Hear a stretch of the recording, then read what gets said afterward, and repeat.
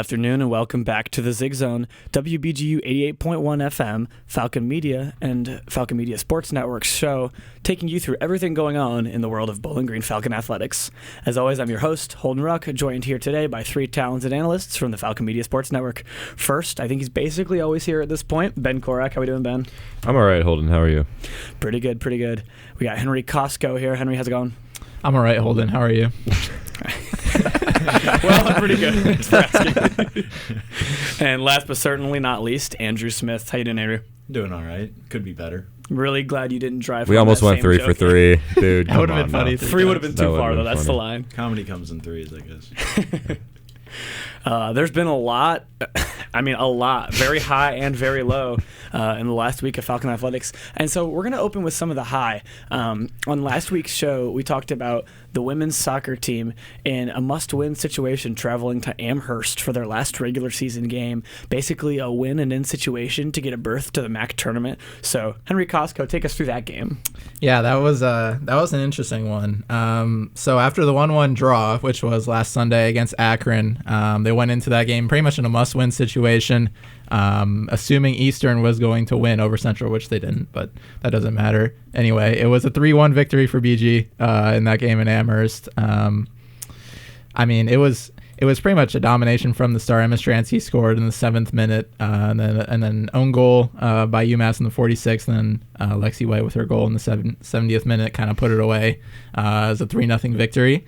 And that was, I want to say, they were favored in that match for sure, but UMass just didn't look very good. They looked like they were pretty much just... They looked terrible. They had given up for the season because they lost 4-1 to OU the match before that on Thursday, which OU is already not a playoff team, so that was a pretty debilitating loss, and then following it up with a tough match against BG, who was playing for everything. They were putting it all on the line, so that was a good win for them, and then Eastern... didn't even score against Central, which kind of put that out of a conversation regardless of the result against UMass for BG. Yeah, and I felt like, I didn't have the chance to watch the game live, but looking at, the box score, like as soon as I could, I was like refreshing, to check for it. And 3 was a bigger number than, frankly, I'm used to seeing. I was like, wow, that really threw me off. Like, yeah, last time they had more than 1 goal. Yeah. Second time they scored 3 goals or more in conference play this year. I think it was, I believe, the 3rd time all season because they beat Detroit Mercy 4-1. That kind of speaks to UMass a little bit as well. Just kind of allowed that own goal was really what kind of hurt them in the 46th minute because that was what kind of eventually put them out. But it was a big performance, and they needed to have a performance like that going into the MAC tournament against Buffalo, which is what we'll talk about next. But it was a good momentum builder for sure. And yeah, so like you said, winning that game, really, regardless of that Eastern Central game, like you said, securing a spot in the MAC tournament for this team, really important when, we talked about a couple times, how ridiculous would it be if a team lost one conference game and didn't make the tournament.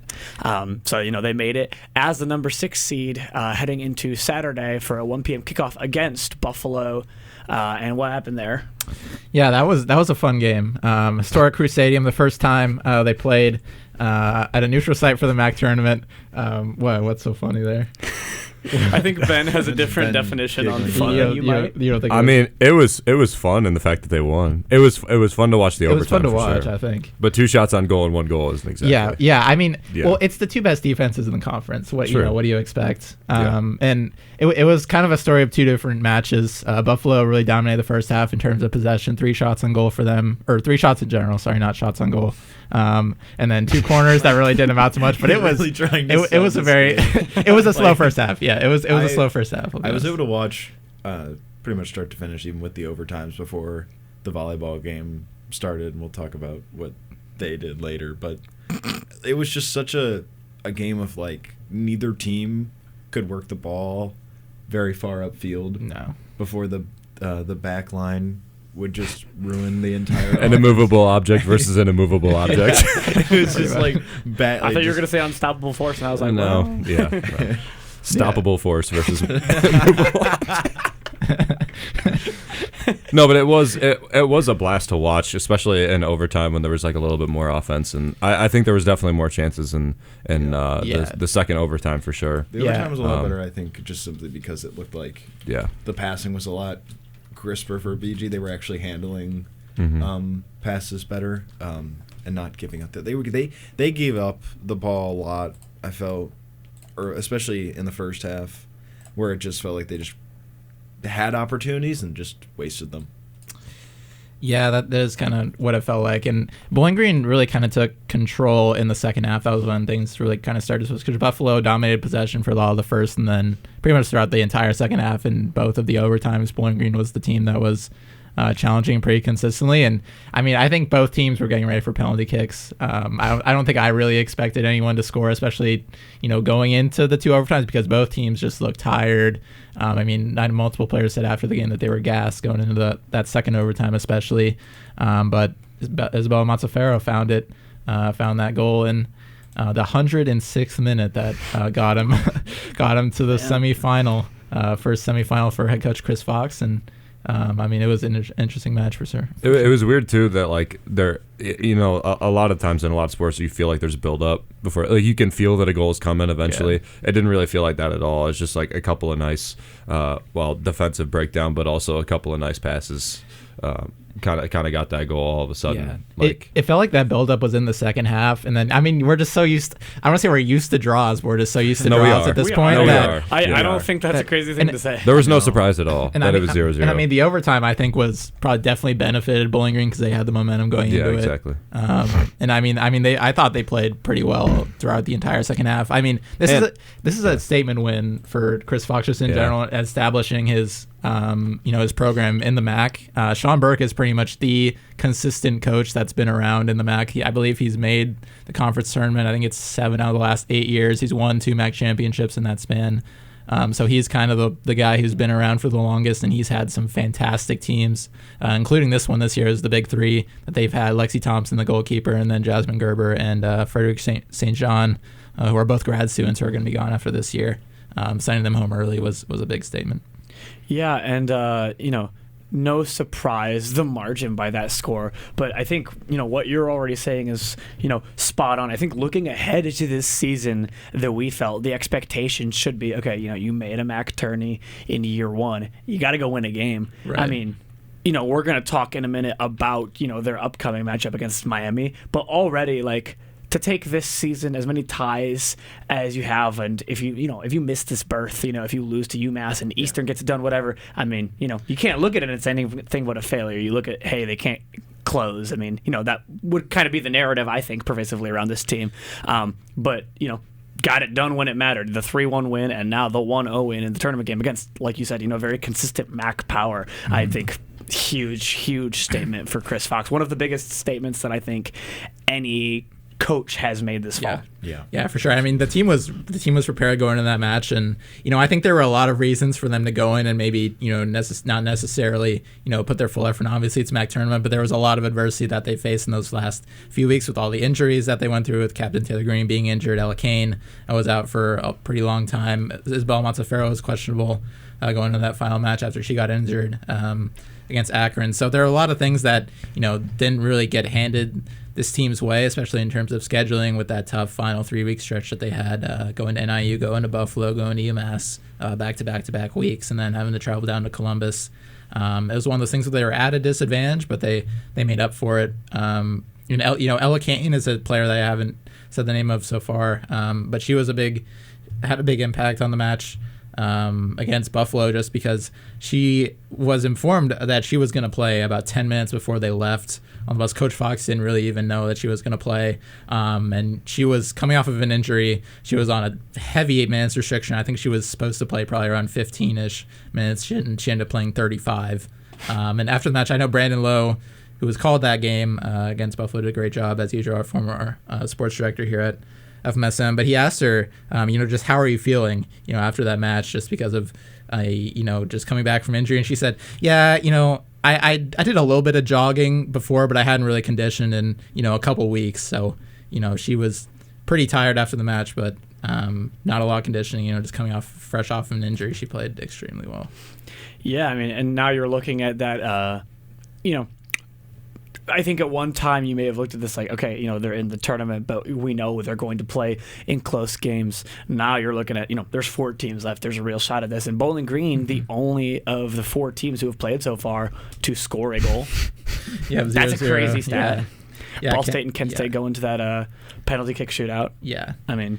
Yeah, that was interesting. That was a game I didn't expect to be 0-0. Kent State and Ball State are 2 pretty potent offenses. I was going to say, it felt the entire time like somebody was going to score eventually, and then just like complete opposite that, Buffalo BG was completely defensive, and Ball State Kent State was completely offensive, and still nobody was able to beat the keepers somehow.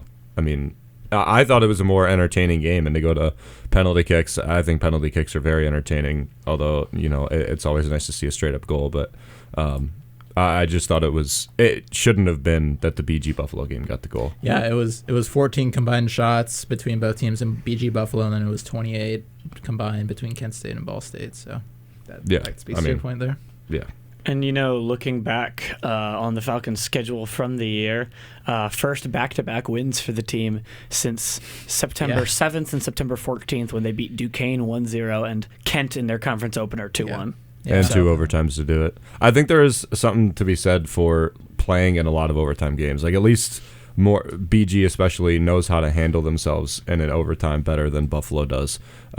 I would nearly be positive because Buffalo only had 1 tie in conference play, 2 ties on the year. BG had 7 ties in conference play and 8 ties on the year. Like, at least when it gets to overtime, BG knows how to handle themselves. Like, they know how to play the proper game in overtime. And if you keep giving them overtime periods, they'll score eventually. You'll get a nice break like they did against Buffalo, and they'll be able to put it in. They have enough firepower to be able to do that. Yeah, and that's one thing I know Chris Fox was speaking to a lot throughout the years, that they're kind of a tournament team just because of those points that you mentioned, but also they're just a second half team in general. A lot of times they'll give up a goal in the first half and then come back and dominate in the second half. And we saw that in this match as well. Buffalo was the better team in the first, and then Bowling Green, as soon as the second half started, they really got going. So, that begs the question of how many matches, if you had overtime in the regular season, they would have won. Probably a lot, but that's not how it works. But, it does concern me just a little bit going forward, that especially they play Miami next in the semifinal. I feel like if a team scores first, they're in pretty deep trouble just by the way that they played against Buffalo. And I get it was low scoring, but they didn't have a ton of success, especially late in the season when they were down, especially the Akron game. They got a bit lucky at the end, but could have missed the tournament completely because they were down 1-0 until the last minute of play. So I'd say it's definitely key to get on the board first against Miami, or at least take them to overtime again, because if you go down first half, I don't know how it's going to fare the rest of the game. How did they play Miami during conference play? I'm sorry. It was a 1-1 draw, but that was a match that they definitely could have won, even scored a couple more goals. That was a match that Ella Kane had that one that was right in front of the goal and it just bounced off the post. Yes. So, and which another single instance that would have put you in the MAC tournament easily. Right. You would have never had to worry about it. They had a few of those this year. Yeah. And the thing that's going to be tough about the match is I believe this could be wrong, but I believe it's 5 matches in 12 days for them or something similar to that, because Buffalo last Thursday, Akron on Sunday, UMass on Wednesday, and then Buffalo again on Saturday, and now they play Miami on Tuesday.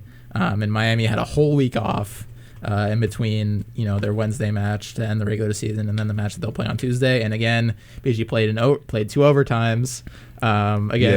You do have a bunch of days of rest though. Saturday to Tuesday is a pretty decent. Yeah, you got a couple days of rest. I don't know. I'll continue to take the team that's played. Like in any playoff, you continue. You still have your legs under you. Like, you're kind of warm for the next game. I felt very strongly about that. Miami's going to have to shake off rest a bit. During last year's expanded college football playoff. Yes, and I think you very directly saw the bye week hangover for pretty much every team in that playoff. And I feel kind of the same way. We talk so much about the teams getting hot. How many days of not playing a real game. Yeah. There's something to say about having played within the last week. And especially on the fatigue front too, for a team that's so used to these draws, playing these close games, even now in the MAC tournament. That's true. Are they playing on a shorter rest time? Yes, but I don't think I would say that Miami's like more used to this kind of going the distance game. If you're a team that can go up 2-0 early, you might kind of shift how you're playing and then just coast out the rest of the game. Bowling Green is used to playing pretty uniform soccer, and especially like pouring it on in the second half for the whole 90 minutes. And I don't think there's another team more equipped to do that. So I don't know. Miami's only had 2 ties this season. Mm-hmm. So, and I'm assuming no overtime. Yeah. So no overtime. Unless they had a weird one in non-conference play or something. I mean, Bowling Green has proved that they can beat anyone. Like that's just how the MAC has been this year. Anyone can beat anyone in kind of the top 6. And I mean, they drew Miami. They look like the better team in that match. They drew Western, who was the 1 seed. I mean, both of those are at home given, but.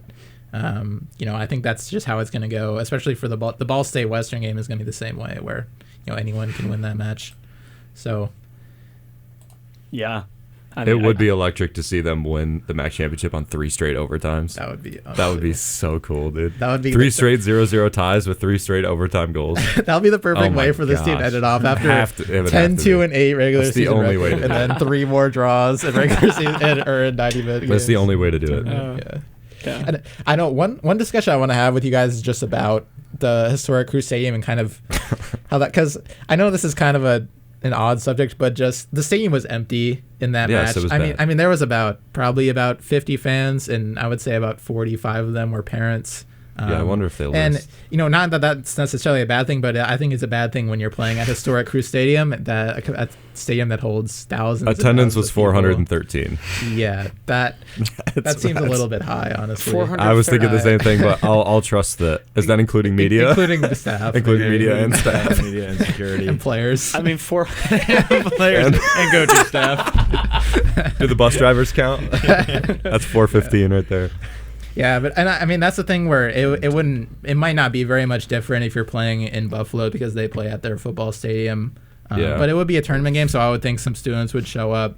Even though it was at the same 1 time o'clock as the does not football help. game. Yeah, that doesn't help either. But at least for Buffalo, we know Buffalo was away. Case. Yeah. So you would have had no excuse not to go, really, unless you just didn't want to watch. So. Yeah, and we'll see. Yeah, attendance for Kent State Ball State was 423. So they didn't even reach 1,000 on the day with 2 games. Jeez. And I think the Miami BG game will be a little bit better. One, because the majority of Miami's roster is from Columbus. Not the majority, but a decent amount of players are from Columbus. And a bit closer to Columbus as well. Yeah. So it'll get a little bit better as I think the games go on. But I'm interested to see if they even break 1,000 for the championship game. I think they probably will, but they will. But that's a low bar. I don't understand why they would put it in the Cruise Stadium. I don't understand. What I would assume is that they paid for it to be there because they're trying to keep that stadium alive. The new UFL team that's going to Columbus is playing there. They have a bunch of high school games rip the there Michigan all the time. Panthers. Yeah. Rip the guys. Over. But that's just what I would assume is they're trying to get just anything there at that point. Yeah, but you're doing it at the expense of like a good atmosphere for playoffs. Yes. As a Bowling Green fan, I would rather see them play on the road at Buffalo, which might be like a harsher place to play, but at least there's energy and like you see fans there and like you have some local feel to it. And then the semifinal would be in Kalamazoo if they just did it normally, which is Kalamazoo provides a pretty good atmosphere. Right? They do. Fans love soccer there. They show up. Yeah. This felt like watching one of those random sports you see on the Ocho, where it's just like 40 fans in the stadium. You tap into cornhole at 11:40 p.m. It doesn't give the sport a good look, just in general. No. Like it's not that it's just kind of a problem for me. And I mean, you prove that state fans will show up for college soccer, women's and men's both. I mean, the Bowling Green BG proves fans proved that last year with the MVC tournament game we had here against UIC. The fans packed that stadium out. Yeah, so why couldn't you just do that? Yeah. Like, I get wanting to keep the stadium around, but that's and like maybe a responsibility for the MAC, who's mainly Ohio, to want to preserve that. Yeah. But like you can't do that at the expense of like Buffalo traveling from New York to play in front of 413 people and their lose and go home. Their fans were showing up. Home game for them, absolutely. Yeah, that's a good fan base that they have. A bunch of students would have gone to that. And it's different for me than like the baseball or the softball tournament that are in Akron, because at least there's a MAC school in Akron or an Avon close there. There's no MAC school really within an hour. And also the scale. I mean, you're looking at historic Crew Stadium, a stadium suited to like a professional sport and those kind of atmospheres, that scale of people. You look at like Crusher Stadium, it's a little more, appropriate for like the college baseball kind of size, I feel like, Yeah, that's another good point, yeah. Like even hockey does neutral, but they know that they're going to fill it. They wouldn't do neutral if, like for NCAAs, like they wouldn't do neutral if they didn't know. CCHA does... they do home because they know if there was neutral, nobody would go. Yeah, and teams are too spread out now in the MAC. Like Buffalo's too far away from Muncie, who's far away from Kalamazoo, who's far away from DeKalb, who's, so it's just everybody's too spread out. It's just better to play on the road. Also, what's the idea behind 1 p.m. and 4 p.m.? Like it would also be better if you played like 4 and 7. Yeah, more people would be able to go. Like especially on Tuesday. People are working on a Tuesday at 1 p.m. So who's going to go unless it's parents that are going to take the day off to watch their daughter play, which is good, but I know everything. I'm not going to skip class to go to where I might if it was home, or if it was 4 to 7 I'd be able to go. Ben's professors, you didn't hear that, but you think like if they're trying to plan this to put something exciting, engaging in that stadium, then that decision for those times, you're absolutely right, is completely like it tells me you're not actually thinking about that at all. So then why are we there? Yeah. Unless it's a weather thing, like unless it's the warmer part of the day in November, which I would kind of get, but also it's like soccer. Who cares? I know. I would also argue that, but like, I don't know. Yeah, we'll see in the semifinal and the final if the attendance. I think it'll improve a little bit, but I still think it's probably going to be a problem, and it's going to be a discussion. You think they're going to change it? Where was it the last couple of years? It's the regular season champ hosts usually. So that's why I said it would be in Kalamazoo if it was normally. How the follow-up, it's that season's regular season champion? Yeah, not like volleyball. They should do it like volleyball. Yeah. The volleyball's got it probably the right way now. Yeah. I like for a smaller sport, volleyball's probably got it the right way. It's weird the first year, but after that. Yeah, now it's weird but BG hosts back to back, so we'll take it. It's probably going to work itself out. I think it'll be a lot better to be like, okay, so next year we have the location set. We know it's going to be here. Yeah. The only rough thing is if like a team like is really good one year and then loses everybody and kind of blows the next year. And then it's like, okay, you're not even in the tournament and yet you're hosting. I'm in favor of just might be BG this year. No, hopefully not. I'm in favor of just the higher seed in whatever game it is hosting, just in general. Agree with that. Just because it would get better environments for every game, regardless of whether it's. I wonder just from a financial standpoint if it's less money to do it at one travel spot. Costs, and less on the director of ops as well. But like Bowling Green, it would have been cool for them to like go on a road run and like beat Buffalo at Buffalo, beat Miami at Miami, and then the championship. I guess if the championship you wanted to have it neutral, that's different.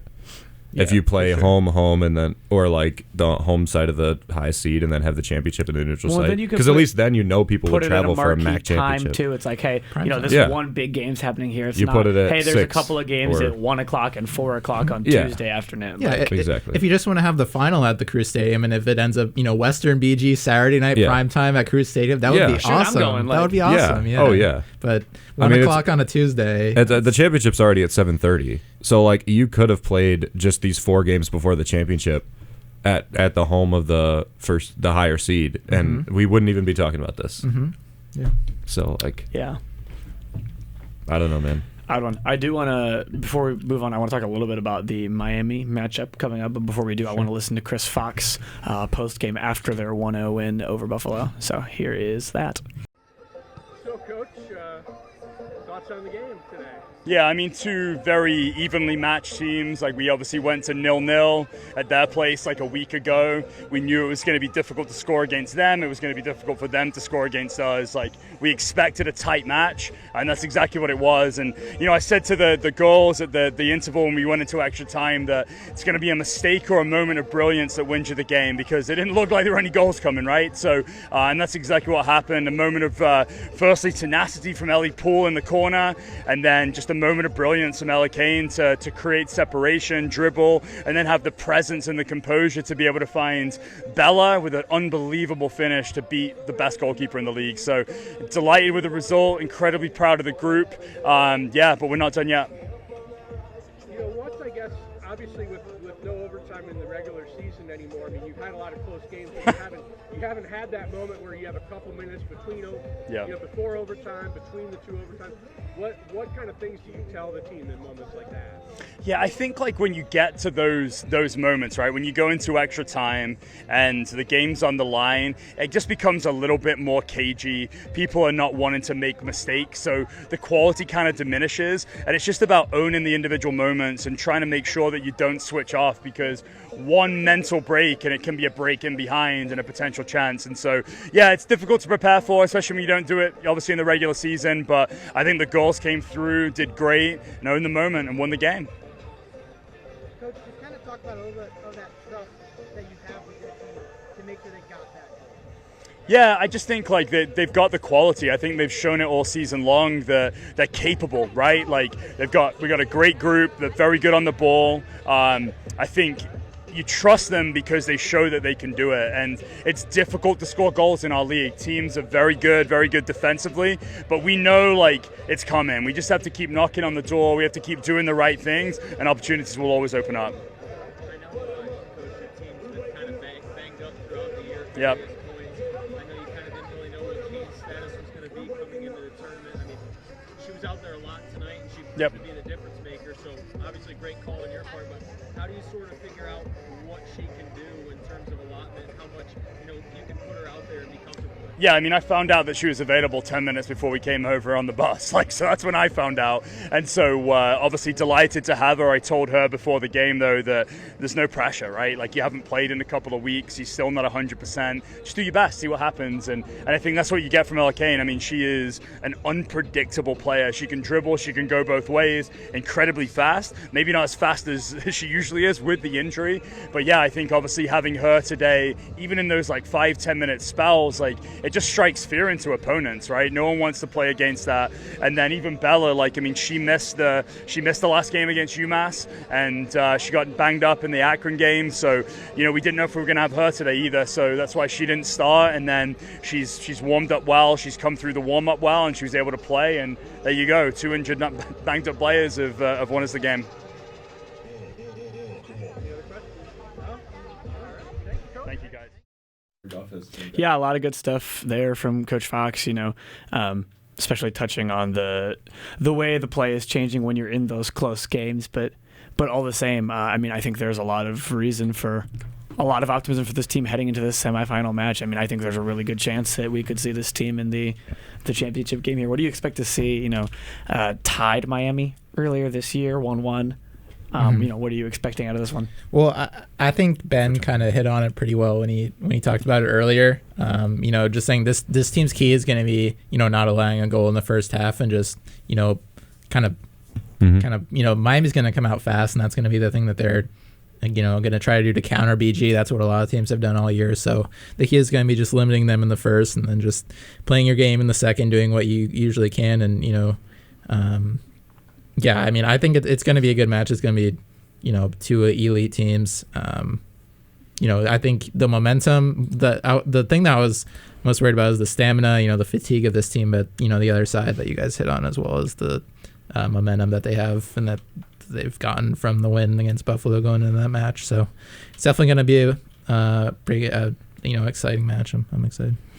Yeah, and especially looking around, the bubble of the other teams remaining in the tournament. You've got, like we said, Miami versus Bowling Green, and then Western Michigan versus Ball State. Western Michigan, a team that you already drew earlier, also 1-1. Ball State, a team that you took your loss to, but at the same time, a team that also lost 0-2 to Western Michigan. So, still a very even field. Being number 6 does not at all put, Bowling Green out of contention here, and I just think it's just going to be exciting, honestly. Yeah, I'm excited to see what Ball State can do. This is a team that was ranked at pretty much at the bottom of the MAC. I think they were 9th or 10th in the preseason poll And they have a new head coach this year, Andy Stutz, who's really just kind of turned this program around just in 1 year. He was a former associate head coach at Missouri, so he's been around. And it's going to be a pretty good battle between him and Lewis Robinson, who's a coach that has a chance to get poached by a Power 4 team in the offseason just because of how good he's been all year. If you had to make a prediction on what you think the MAC championship teams are going to be, the two teams. Unbiased Henry Costco opinion. Unbiased. I think Western will win. Miami and BG is a toss-up. I think it could go either way. If Miami scores in the first half, then Miami. They got it. If BG holds them scoreless in the first, then BG will make it. But it's just going to depend on what happens. If I had to pick, I would say Miami just because of the rest that they've had and the look that they already had against BG. But, I mean, they could go either way for sure. Definitely going to have to just wait and see, but definitely exciting. And Chris Fox really just with a chance to even further stamp a really successful sophomore, not sophomore because he's a coach, but second season for him at the helm. So the Bowling Green women's soccer team will play at 1 p.m. once again from historic Crew Stadium on Tuesday, November 4th, because 1 p.m. on a Tuesday is a lovely time to play a game. We good? Yeah, we're good. Yep. Yeah, no, I just had one more thing I wanted to say. Oh, go for it. Well, I forgot what it was now. No, I got it. I got it. Just one thing about this team. I know we'll talk about it next week, probably once the season is over, whether they make the MAC championship or not. But I mean, the optimism that this team has, just in terms of what they can do next year as well. I think, just knowing all the adversity that's faced, this team is returning 27 out of 29 players next year. All their star players are juniors. They had 3 juniors make the All-MAC first team. So, I mean, this team can be even better next year, and that's what they're expecting. And I think Chris Fox has done a pretty good job, especially this year, in establishing, his presence in the MAC. And, it's just going to be further, get better as we go. Yeah, that is a good point. Only a couple of older players, some grad students. But all the retention, the youth of this team, and the development in Chris Fox's young tenure here, and clearly things are only trending upward for them, and it's definitely an exciting time for fans of that program. So we'll have to watch and see, because next time we're on this show, the season will be over one way or another, whether they finish essentially 4th overall or win it all. And I mean, just some stats that kind of tell you, especially the defense this year, they're one of 2 NCAA Division I teams to not allow more than 1 goal all season, which is UCLA is the other team that's done that. They're a ranked team. They're top 20 in Division I in terms of average goals allowed, and they're probably up there with maybe one of the best mid-major defenses in the whole conference. So they're doing that already, and it just makes you ask what can they do next year as well. Yeah, definitely just a lot to watch.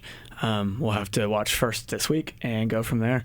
But like I said, 1 p.m. on Tuesday. If you're not doing anything, great time to tune into that game. Keep up with the Falcons as they hope to make a MAC championship push. As always, BG Falcon Media will have written coverage of that game following it, and probably a preview of it as well leading into it. But we're going to wrap up for now on women's soccer as we wait to see what they can do in the MAC tournament. We're going to move on, talk about one that, I think it's kind of downhill. Talking about the rest of our everything goes downhill. Slate. Yeah, it's all pretty downhill from here. Now that I think about it, we might have not. We shouldn't have started with women's soccer.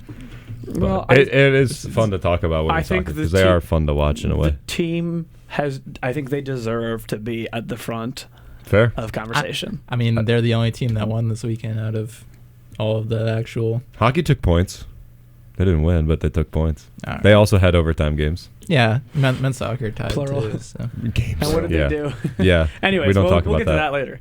We're going to move on to our usual opener for this show, and one that's really been a little bit of a bummer. A little bit. You can frame it any way you want, what you think this team is supposed to be doing, if expectations are realistic or not. But ultimately, the last couple weeks of football have just been disappointing. Whether or not it's, justified, the way the team has been performing, just disappointing. You invite Buffalo into your house. You walk out 28-3. You haven't scored a touchdown at home since Toledo? Is that really Yeah, true? you didn't score against Central He Michigan. didn't score a Yeah. touchdown my against gosh. Central. Oh my gosh, dude.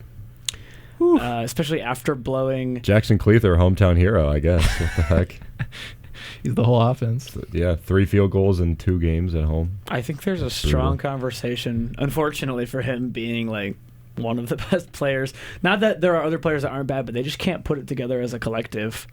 And really, it starts with that offense. I still don't love, some mistakes defensively, but in the MAC, 28 points is not. I mean, it's not a like highly defensive conference generally. You see high scoring games all the time. How many times have you tuned into a Tuesday night game and you see 40s? Yeah.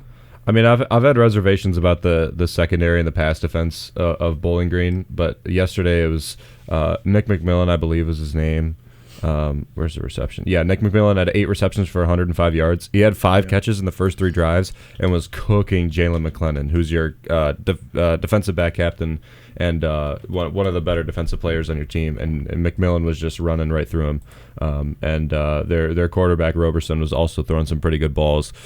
It was just the defensive line and the linebackers can only bolster the defense so much, and the pass game didn't do too much for Buffalo, but was just enough to get points on the board. And they could have easily scored more. I think their offense, like the second quarter, was pretty poor. A lot of the time in the second half was pretty poor as well. They could have definitely went up by more. And just the defense played fine. The offense is just absolutely anemic. I mean, it's just bad. I mean, you talk about, it's the bad. secondary, but also like they got absolutely gashed by the running back as well. That's true. Henderson just LJ ran Henderson. Yeah. all over them, just all game. Like it felt like really just the defense. I don't know. I felt so great about the defense after the performance they put up in the second half against Toledo, and I feel like ever since then, it's just whatever they had in that game is gone. I mean, I guess, but can you really even talk about the defense? You're not going to win a game period if you're scoring if you don't 3 score, points or 6 points. Well, no, I mean, so I don't really think it's even a discussion. Yeah, at this point. Again, if you look at 2 units that aren't performing at the level that they should be, you could say, okay, well, which one's doing worse? You can win games allowing 28 points. Sure. Are you Iowa? Sure. If you're not Iowa, you're not winning a game scoring 3 points. Well, we shouldn't be talking about anything besides the offensive line, who gave up 6 sacks. And that was like That's the the big number of bright, the day to like me. first 3 games of the season. We were talking about like, dude, this offensive line is going to be the real deal. And like, I mean, clearly the running backs are all talented enough to do it. And like the offensive line was doing fine, run blocking, they did fine. But Drew Pine was holding onto the ball a bit and standing in the pocket, and the offensive line just couldn't block. Like he didn't even have 3 seconds to get the ball out. Like they were just Buffalo's pass defense or pass rush was on him constantly. And I So think They do have a good pass rush, though. They do, but you're supposed to have one of the better offensive lines, and they've Also just true. consistently not played to where. yeah. And they're not untalented because it's the same guys that were, or mostly the same guys that were very talented last year. So they can. So No. what's the issue? I saw a stat, and if a fact checker amongst you 3 wants to verify this, I think it was on a tweet.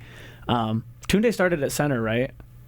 Believe so, yeah. First or one of like 5 known players in FBS like Division 1 to start at all 5 line positions over the course of their career. Which that's crazy. I don't know. I don't even know how to check that. That weird. I just meant I like got if you it saw like because the tweet or something. BG posted on their Instagram. I got it right here. Yeah. Oh, is that what it was? Tunde Fatakasi started at center yesterday. It was his first career start at center and made him the 6th FBS player since 2010 to start at least 1 game at all 5 offensive line positions during his 2010, career. okay. That's impressive, Really cool. actually. That's pretty impressive. Impressive, but the only thing I will say in remote defense of the offensive line is when you've got guys starting in different places like that. I mean, it is a different ball game for them to an extent. But to me, that doesn't erase. If there's one thing I took away from this game, it's like quarterback room is just not it. Still isn't. No. I feel as though Drew Pine is still just not it. Eddie George said last Monday that at the time with Pine and Anderson still questionable, that Hunter Najim was taking some first team reps. I was told that Drew Pine left the game for Hunter Najim not because of performance, but because he began to be sore. still, because he was not 100%, but kind of had to play, which I respect him, for going out there and playing like he did. Well, but even though had to play according to who is then my question, because again, like I hear what you're saying. If you've got your assumed number one guy and he can play, you're usually going to play him. But I feel like that also carries more true when you've got a guy who's a quarterback who's consistently elevating and even carrying in some cases their offense. You know what I mean? If you're looking at like an NFL example, if Lamar Jackson's kind of beat up but he can play, you're going to play him because you need that guy to win games. But I mean, yeah, you're talking about the difference between starting Pine, who was your starter at the start of the season, or Hunter Najim, who most of us didn't know was on the roster until a week ago.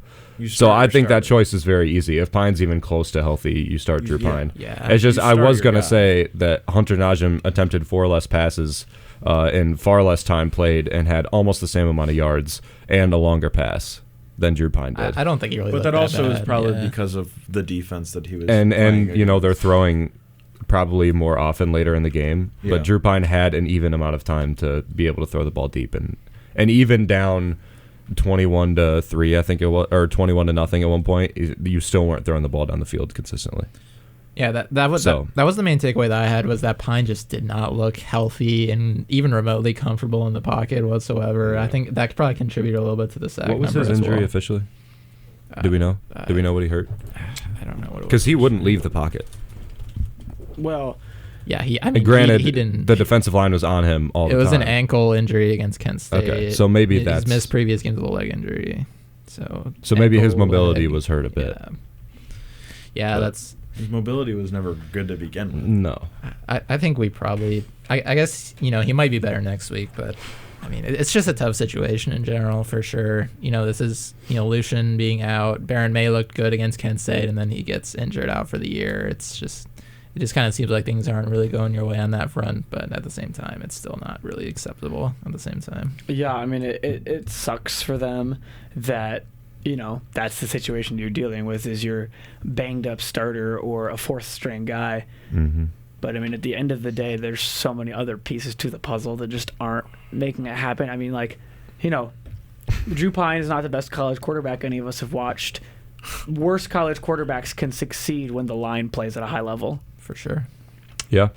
I mean, as much as, and I'll take this too. You know what I mean? I've been fairly critical of Drew Pine. I think a lot of people have been critical of the quarterback room in general.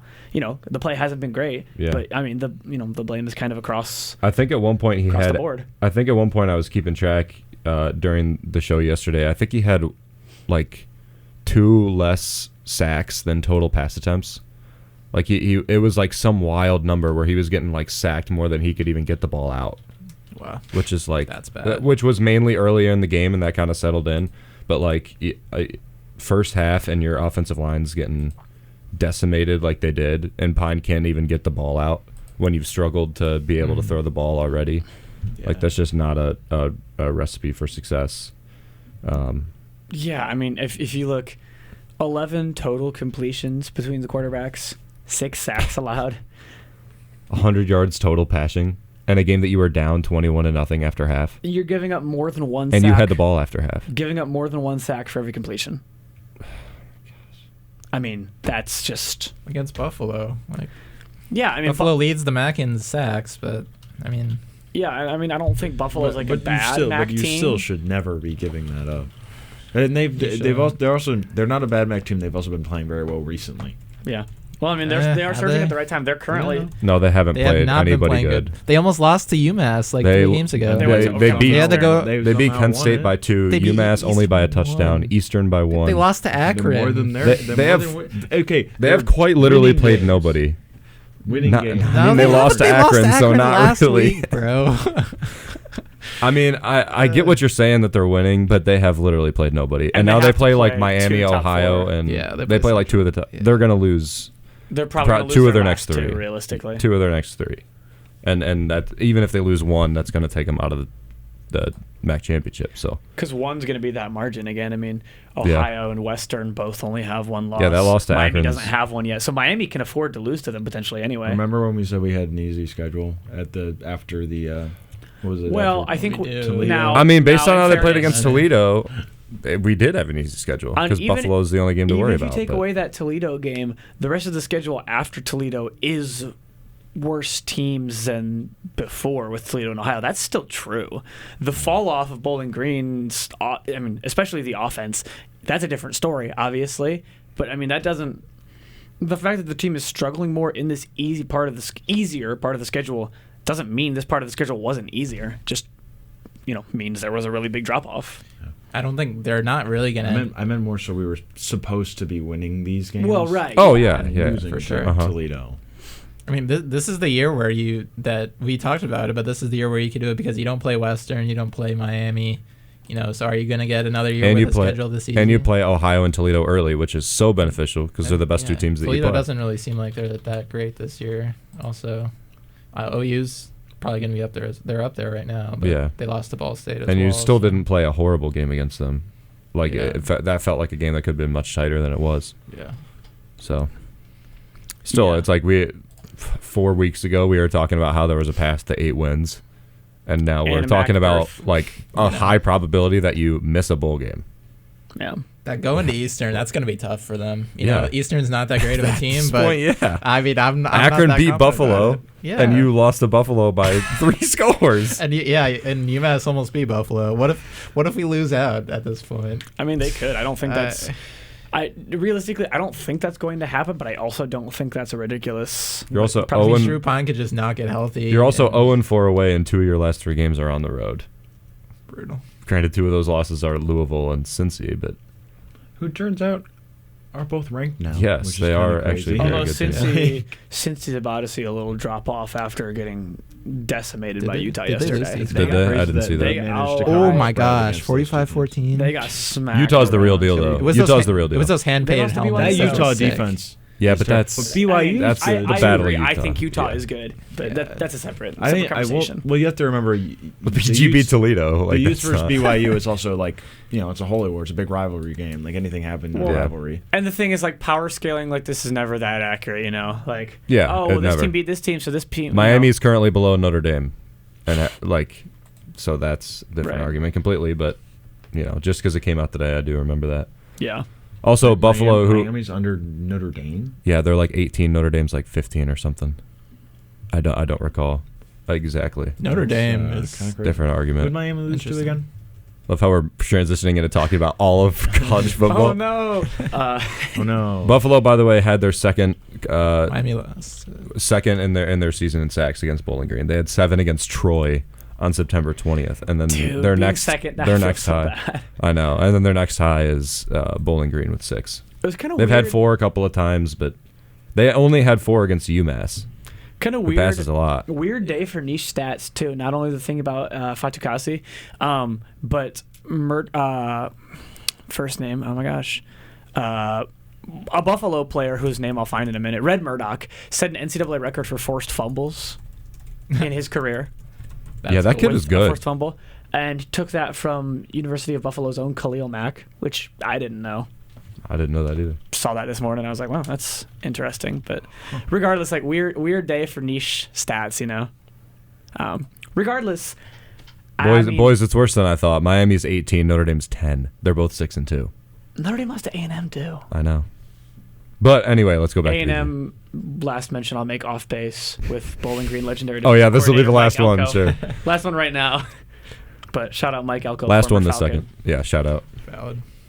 Aggies are good. But yeah, I look at this game. I don't know how you right the wrongs, but you look ahead. You've got 3 games remaining, and you need to win them all to be bowl eligible.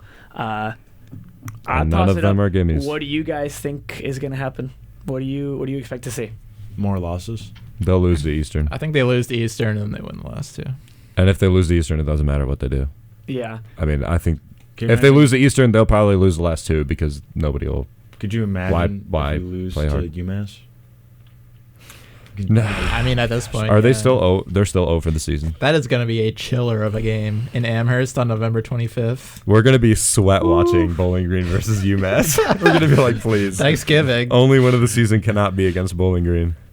Who needs Yeah, Thanksgiving seriously. when you have Bowling Green versus UMass on? Yeah, Is it you on look at Thanksgiving? UMass's No, it's schedule. not. They're Before not Thanksgiving. Like that that one tweet over the during the off season about MAC football with the 17 fans and a raccoon or whatever. The sad thing too. Last a quarter and a Yeah, exactly. Might not.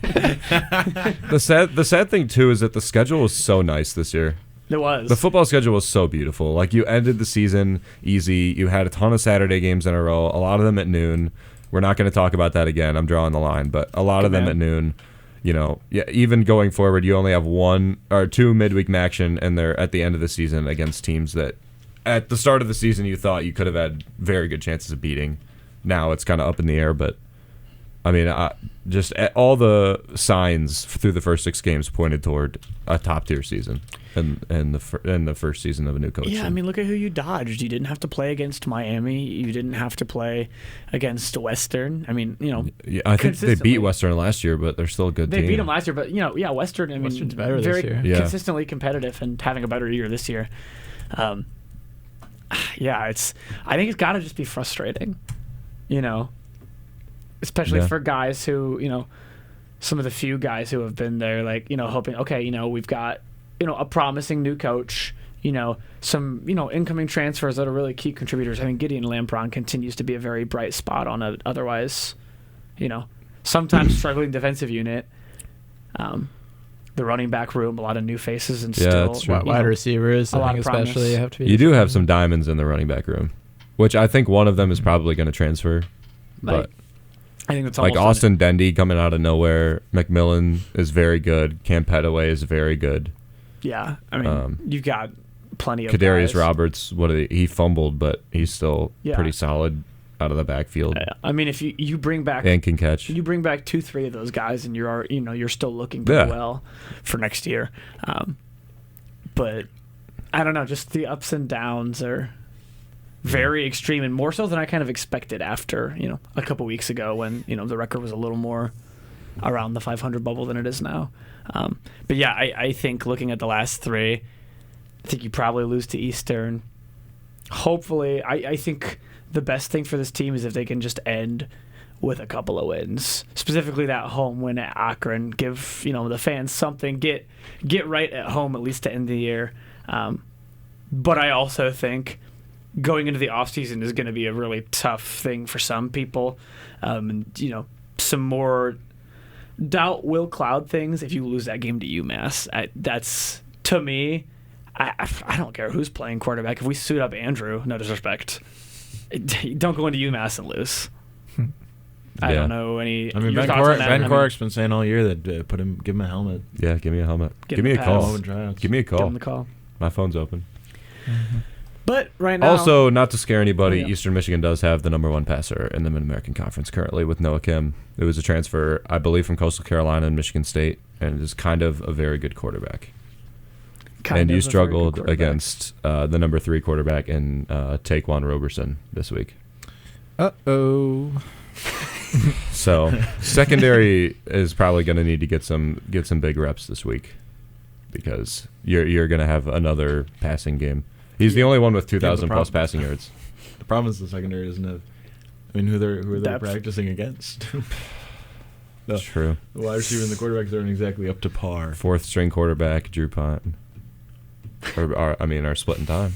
Yeah, no, So I mean, just, unless Solution's coming back, but I don't know how that's going to look. Just put the true freshman out there at this point. What's his name? Well, Carson. Something, yeah. Unless they're just saving him for red shirt, Yeah, they probably are most likely. until they Because can't of save it, him anymore. what's the game limit for a red shirt? that's a good question, and Yeah, I was unfortunately Carson about to ask. Melvin Yes.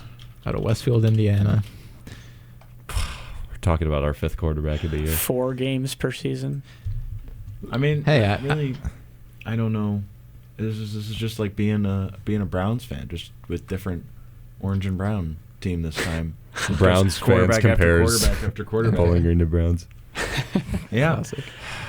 Welcome to my world. If I I'm guess not a that's- Browns fan. I guess but that's the only reason you quarterback don't after play the young quarterback. guys then, is to just preserve to save him for next year. red shirt. But also, if you lose 2, if you go into UMass with no more wins than you have today, I think you play the young guy.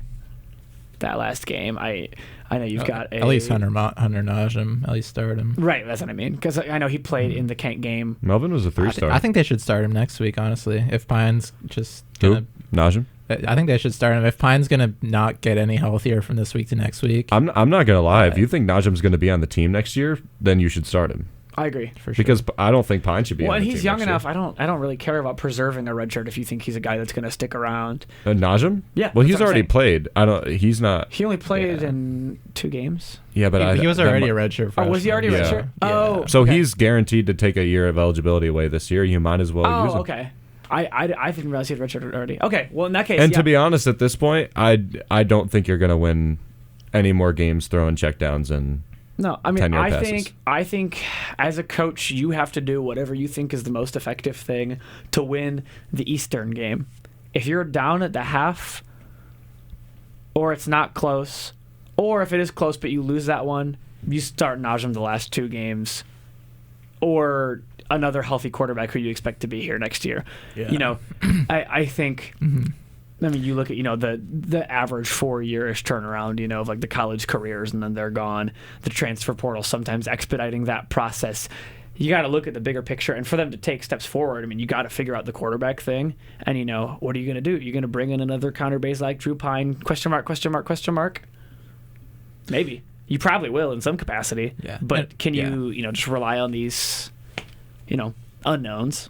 I mean, yeah. What's even the point of playing Drew Pine if you lose to Eastern? Also, you're not There playing. isn't. You're not playing for anything, and at that point, if he's injured and he's still not really healthy, just let him sit out the last couple of games and just start the young guy. I mean, I'm sure Pine will obviously want to play, but at the same time, is it worth it? I mean, And you might be able to give Carson Melvin a thought in his head that he'll have to compete for a spot, which is also a good thing that you might. I don't know if Lucian Anderson is coming back next year. Is Lucian out for the year? Is there news on that? I don't know, but I'm sure I we'll don't. know They're more not going by to force him tomorrow, but- back, and there's only 3 games left. So if he's out for 2 weeks, he's out for 3 weeks because they're not just going to force him. yeah, and So it's kind of conflicting, I'm sure, for the coaching staff too. Because on one hand, many guys, offense and defensive, have talked about what a great leader and how much they respect Drew Pine, his resilience when they're facing these tough situations in games. But at the same time, as a coaching staff, you can't really say like, hey, do we owe it to this guy to let him play? I don't, I mean, I think you got to look towards the next guys, the young guys, to play out the season, and that I think that may play into kind of making it a tougher call for them down the line of this season. I don't know, but definitely. I mean, the that, guy was throwing balls in the feet of receivers, yeah, and he only had 16 pass attempts. I'd probably say 5 of them were pretty horrible throws. And Jaron Johnson almost bailed him on one. That was a 4th down conversion that he was pretty much wide open, underthrew him. Jaron Johnson had to make a great play to even get close. So, I mean, I think there was also a play where somebody was absolutely wide open and the ball was left short. Completely wide open, on the right sideline, and it was left short. So, Did he have anything that wasn't a check down besides the 18-yarder? I think literally just the 18-yarder. Yikes. well, and I could be wrong. I could be I think he had a catch over the middle for 7 yards, but it was short of a first down on a 3rd and 10. So it didn't matter. And to me, that's indicative of, when you're missing those short throws, those checkdowns, I mean, that's a problem with the quarterback and probably with the offensive line. When you're both, yeah. not drawing up anything more interesting than, I mean, maybe, can he throw downfield? Maybe not. But I mean, there have been quarterbacks, everybody's seen a quarterback at some point or another who makes those harder throws look easy and makes the easy throws look hard. Yeah. Better throwing at a distance or with a receiver with separation than trying to quickly zip it to a short guy in the flat or that sort of thing. And I just... By the way, where was Jacob Harris yesterday? Where was Finn Hogan yesterday? RJ Garcia got 1 reception for 3 yards. Yeah, I mean, I don't think... I mean, pass Jaron catchers Johnson are had a being good day. 5 utilized receptions, 69 at yards. He was kind of a go-to. Had the 22-yard pass. Had the 18-yard from Pine and the 22-yard from Najm. Yeah, He had a nice day. I don't know the target distribution, but not one catch for Jacob Harris or Finn Hogan, both of your big targets. I mean, not. I don't remember them calling Finn Hogan's name a single time. No, and I remember them mentioning Jacob Harris because he's still a threat, but he didn't get Granted, you didn't really get into the red zone too much, Yeah. but I mean, I was there. If it happened, I missed it. I don't think Finn Hogan got a target even. I don't think he did. And Which is also not a good, I mean, why do you have him out there then? You know what I mean? Finn Hogan Like, did not get a target. I mean, you've got guys that Jacob can Harris contribute looks like he did in not other get a target ways. either. Blocking, in the run game, downfield blocking in the passing game, which is already a limited unit. I just have serious, I'll be honest, doubts at this point about the offensive play calling. I mean, I think we've been trending that way for a while, but after seeing kind of the same story yesterday, I feel pretty comfortable saying I'm not sold. I know your units aren't performing perfectly, but I think that's there when you then, as a coaching staff, pivot, find something else, draw up something else. Even when they've mixed in those, trick plays on reverses, pulling that same trick out of your pocket going to work every time? No, probably not. But sometimes it will. Sometimes it gives you a spark. We saw a little bit of that on a drive against Central and in the Toledo game, as they started their turnaround. Not even trying any of that. I mean, they just, from a play calling standpoint, it looks like the offense is just prepared to hope they can run it against the front, throw the same check downs, and just kind of pack it in, which is disappointing. It's literally everything they do is from behind the line of scrimmage. Yeah. Like, it's either a check down behind the line of scrimmage or it's a run from behind the line of scrimmage. And then once in a while you'll catch a tight end over the slat or over the middle or like the 18-yard catch to Jaron Johnson. I mean, I nearly don't care if at this point, you have a couple plays where you send a guy deep, quarterback drops back and intentionally throws it out of bounds over his head. At least you make them respect the threat of that possibly happening. Dude, yesterday Hunter Najim threw like a deep ball downfield and I stood up from my chair. Yes. He threw a deep ball and I stood up in my chair. Like, yeah, that's how unexpected. I mean, I didn't do that last year when Bazelak had Harold Fannin downfield. Like, yeah, and he just, like, somebody gets a target downfield and I'm standing up. Yeah, I feel like that's a pretty good sums up quite well just how this offense has been. I mean, even before, you're not always going to connect on those deep shots, but they always have to respect it. I remember, I want to say it was or at least PI, and you'll get yards off PI. The Michigan game in 23. That's what I'm thinking of. I think Cam Orth was still in the game. Shout out Cam Orth. Oh my gosh, and he threw a ball to the end zone, kind of a deep ball to Odu Hilaire, who drops it. Yes. Doesn't come down with it. Obviously, they lose that game. They get banged up. That season gets kind of derailed. But, like, he also did complete shots, a pass, I believe, to RJ Garcia on the sideline as well. He threw two deep balls in, like, the first two drives against U of M. Sorry, go ahead. Just take those shots. Where are they? Make... The defense knows what you're doing, and you're not... when you see, like, those triple option teams, those Army-type teams that are, doing runs and flips and reverses, there's creativity. Teams are stacking the box. They know you're going to run it. They know you're not like a passing team. But on some level, you're still, getting something because it's not just so one-dimensional. They get the ball moving. They get players moving in different directions, and they're working behind the line of scrimmage, but they're bouncing to the outside or then cutting it back in using misdirection. There's no creativity to the play calling. It's not just that it's, like, repetitive. I just haven't seen anything. I mean, what are they doing to make it hard on the defense? Literally nothing. That's how I see it too. Cool uniforms though. Cool uniforms. I did like the longest uniforms. pass of the season. I'm going through all the games. At least right now, Lucian Anderson had a 45-yard pass, and I think out of all the games, he's had the longest pass in 3 of the games. Drew Pines looks like his longest is like 27 yards. Longest pass of the season, 27 yards. I mean, even it's like always in the range of like one pass between 22 and I don't think he hasn't hit the 30s. No. On any pass this season. Baron May's got a 28, Lucian's got a 35 and a 45. So like even that is that's a deep ball. It's not like a deep ball, but it's at least a deeper ball. I mean, but why is the secondary anywhere outside of 10 yards downfield from the line of scrimmage at any given time? They're not going to throw deep. Well, and surely as a coaching staff, they're not strangers to football. I mean, like that sounds like a silly thing to say, but they're not. As a staff, you know how defenses are playing you. The safeties aren't going to be back high. Shake it up, call something, take a shot deep, Are you going to get picked? Maybe. Drew Pine played at multiple Power 4 programs. I mean, I guess Notre Dame's not in a conference, but that's still a power program. So how are you going to tell me this guy can't throw a ball to that kind of depth? Is he going to complete it? I don't know. Is the receiver going to get the right separation? I don't know. And if he can't, then why is he the one in the game? But you're still continuing to play without trying these new things when we've already seen it's not working against teams that aren't that great. Buffalo, I mean, you can call me out if I'm wrong. They're going to fall off down the stretch of this season. They're going to lose two of the last to three. Ohio and Miami probably. Central Michigan is not a strong team. They're not a good team in the MAC. They're fine. They're a mid-tier team in the MAC. They've got 2 losses already. They're at like 5th. And I would argue Buffalo is a mid-tier team in the MAC as well. Right. And so then you're not only losing to those teams, but losing badly, not scoring a touchdown against either of them at home.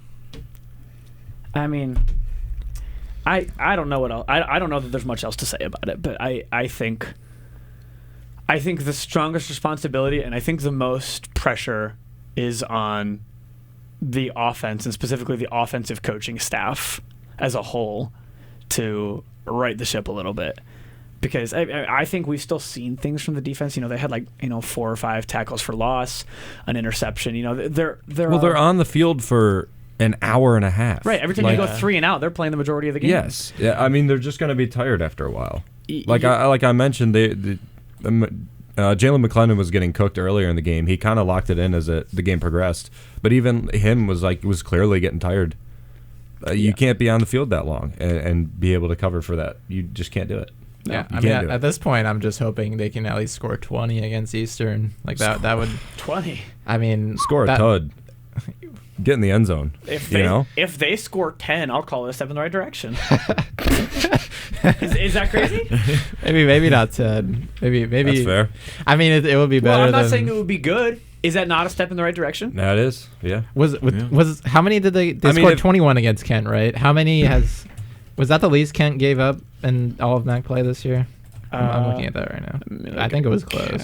It's got to be close. I don't think it's it. They scored 42 against. Wait, no, UMass doesn't count. They gave up. Oh, they gave up 60 UMass. That doesn't. Does that count? They gave 31 to Buffalo, 45 to Toledo. I mean, they gave up 62 to Texas Tech, 66 to Florida State, 44 to Oklahoma, which those are and that's power fine. 4 teams, you probably should. 66 to Florida State is still pretty absurd. But here's the thing: they shouldn't have lost that game. This Kent, not a super talented roster, top to bottom. There's a reason that they went 0-12. I know clearly the interim coaching, has set them in the right direction. And has now been promoted to right after that game, actual head coach right after that game, as he should. I mean, fair, credit to him. Yeah, you're just so far. It goes beyond, if you underachieved and played close games and lost to the ones that we probably expected you to going into the season, as Bowling Green, you're losing your non-conference against Cincy. You're losing against Louisville. Lose to Ohio. You could have lost to Toledo, and I would have understood it. That's fine. You lose another 2 games, Buffalo, Eastern. Sure, But I mean, I'm 6 games. I'm to the point now. I don't care that they beat Toledo. No, I could really care less because it mattered nothing to the season. I mean, at all. Besides just winning the Battle of I-75, obviously is really cool. That's a goal for every single season. But why? The biggest thing was that you beat one of the top teams in the MAC, and now it doesn't matter because you've lost 3 in a row. You're out of the MAC championship contention by 3 games. Yeah, and you might not even get a bowl game now. Liberty is a 1-loss team in their conference. They're 4-4 overall. That's a game you could have lost. I would understand it. You could have lost to Toledo. I would understand it. If you lost, 5 games in a row in that stretch, that might happen. That was the hard part of the schedule. It's the struggling and the worst struggle that we've seen all year against the worst teams that you're playing. That's so troubling to me. Yeah, and granted, you scored 21 against Kent State, so the offense wasn't that bad that day. But 6 against Central? Second half it was pretty bad. Well, yeah, you're right. Second half, no points. They played half a good game offensively. Yeah. And was that also not Baron May, who's not your current starter? They only played if you think about it, they've only played a half of good offense against anybody, really. Yeah, they only had half a good offense against Toledo. Half a good offense in the last 4 weeks, 3 weeks. Yeah. Yep. That sounds about right. And a full game of offense within the last 4 weeks. Could you even argue that they've had a a The best complete full game of good offense? offense. Like have Liberty? they had all season? Yeah. Is it- scored is it 20 they Liberty? scored 23 against It's Liberty. probably Liberty. Louisville was fine, but you still got waxed. Cincy was a good half at best. Toledo was a good half. A I, great don't- half. I really don't recall too much about Lafayette, I Ohio. guess. No, Lafayette, we really only had one good half. Yeah, Ohio, you only scored once in the second half. Yeah, first half was good against Lafayette. And you kind of fell off. You only kicked field goals after that. All right, well. Regardless, I guess it's Liberty. I think, there's been some buzz. People can have their opinions. I think there should be a little bit of pressure in the offensive coaching room to right the ship, at least down the back end of the season. You're looking at teams that aren't that good. I mean, this team is extremely more talented than Kent State, so much more talented than Akron, so much more talented than UMass that losing to them is just... Akron's 3-6, 2-3 in conference. Eastern Michigan is 2-7, 1-4 in conference. UMass is 0-8, 0-4 in conference. You've got the bottom two teams and a home game against Akron remaining. You still have the potential to get a bowl. I don't know that necessarily. I mean, you probably aren't going to be favored in the Akron game at this point. But I mean, these are games that you should be able to win. You really should. I mean, they have the talent. They have the coaching pedigree and experience. I don't know why they're not putting it on the field, but I think whereas before the season we might have called not making a bowl understandable, and it happens, the fact that you had a chance and to fall off in the back half of the season the way you did is far worse than if you never had a chance. It's not that they're going to finish 4-5 that's bad. It's that you beat Liberty and Toledo and then finish 4-5. Or 4 or 5 wins. That's bad. You had a very achievable road, and you're probably going. You had a road to game. 8, then you had a road to 7, then you had a road to a bowl, and now you really, I would argue, you don't even have a road to a bowl. I think never showing, because the way that they've played the last couple of weeks tells you they're going to lose to either Eastern or Akron, and maybe even UMass. I think you would have been better off on the season as a whole, never showing those flashes of promise than you are of looking that promising and then falling off that hard. That would make it hurt a lot less, for sure. Well, I think it would be indicative of much less of a problem, because if you lose those games in Toledo, and we got to wrap this segment up, we got more to talk about, but if you lose these games against Toledo and Liberty, that tells you, hey, we're not there yet. You know that you can win these games. There's no excuse for 6 points against Central and 3 against Buffalo at home. I mean, I think there's just no excuse. But that's me. That's my piece. And at the end of the day, you still have a road to a bowl game, so we have to just keep eyes on the last 3. The next one coming up this Saturday for a 1 p.m. kickoff in Ypsilanti against Eastern Michigan. As always, the house that Max Crosby built. House that Max Crosby built. BG Falcon Media will have written coverage on socials as well as bgfalconmedia.com. Tyler Kavlitz and myself will be there for the call of that game, so that'll be fun, win or lose. And ugliest field in the NCAA. Yeah, it'll come out interesting with some highlights. I like it. It's unique. I like it. He's not serious. I like Coastal's better. If you're talking about weird ones, I don't know. Coastal with a little teal. I don't mind it compared. I like the blue field and the gray field more than I like the coastal. Y'all know grass is green, right? And with grass is green, we're going to move on from football for today. We'll have to wait on the result of that Eastern Michigan game next week. We're going to step away for a quick break, but when we come back, we've got more to talk about with hockey, men's soccer, and volleyball. So don't go anywhere. You're still listening to the second half of the Zig Zone on WBGU 88.1 FM.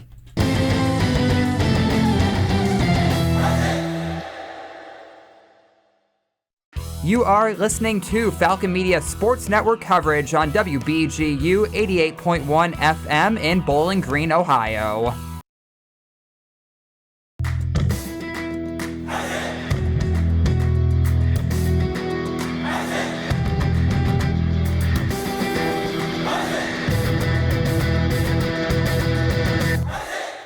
Looking for a BGSU Athletics talk radio show? Tune into the Zig Zone every Sunday at 4 p.m., where a panel of Falcon Media Sports Network members discuss the hottest BG sports topics. Only on WBGU 88.1 FM.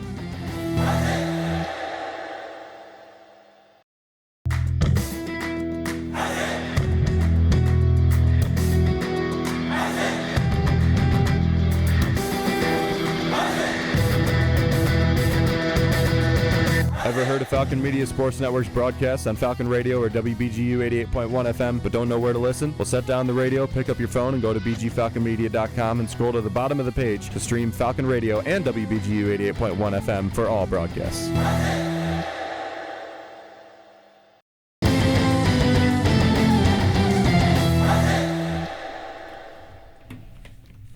We're back here on the Zig Zone, Falcon Media Show, taking you through everything going on in Falcon Athletics. And I'm Holden Ruck once again, joined by Andrew Smith, Henry Costco, and Ben Korak. And we're going to get right into volleyball, spoiler alert, the rest of this program is not the most bright spots we've had in a week for Falcon Athletics. It's going to be mostly depression. I really felt optimistic when the volleyball team got a sweep over Toledo at home, second of those games. I was like, okay, you know what? They're fine. We got Amanda Otten playing some minutes. We're trending back in the right direction. And then Let's talk about this weekend. Went downhill. Amanda Otten's back. Doesn't really help when it doesn't seem like anybody on the team is really stepping up to be the person just to go out and to get you a kill. They don't have anybody that's really swinging to get kills. And the blocking has been the best blocking team in the MAC has been blocking like the worst team in the MAC. They can't do it at all. Miami hitters just tooled them all weekend. It was really, really hard to watch. The back row is really what saved them in that first game. It's the reason they even were in a 5-set situation and in a position to win that 5th set. Sydney Hernandez and Avery Anders played phenomenally in that first match, and then they couldn't replicate that performance, and so it was the same thing, but the back row wasn't stepping up in the same way, and they got swept badly. Really bad. Not only that, swept by a Miami team that's not at all one of the powers in the conference right now. I mean, clearly, capable of playing some good sets. They're a very strong defensive team, second in blocks, third in digs, but they're not, I don't know. I can easily look past that loss to Toledo because you lost Amanda in that game. And that's a hard to take. And then I can forgive Ball State because that's the best team in the MAC. And then I can even forgive the 2 losses to Western because that is going to be a very solid team every single year and a great coach team every single year. But you lose to Miami, a team that was second to last in the conference last year. The only team that was worst was Kent, and you get swept by them that badly. Like that, it was genuinely like really hard to watch and to be on air for it because I ran out of things to say. They looked bad. They didn't look like the team that they can. Like, they could have won both those games. Amanda Otten could have not played at all, and they could have won both of those games. They're talented enough to do that, but they're just not playing to their own standards. They're not playing their way. And the offense looks terrible, and the defense and the blocking isn't backing it up at all. So something needs to change. They obviously didn't come in nearly as prepared as they did for the Toledo match on Tuesday. And this is a home matchup too, which isn't everything, obviously, in any sport, but, Stroh's always a good environment for, a little bit of home field advantage. And I mean, it's not just to lose, losing in 5 sets, I can accept that. Getting swept is crazy. I mean, and getting swept badly. The 3rd set was 25-7. You didn't break double digits in that 3rd set. That's embarrassing, if anything. I don't know, Ben, do you want to weigh in at all? I'm trying to find the last game that they had more attacking errors than kills because I'm back in 2022 and I still don't see one yet.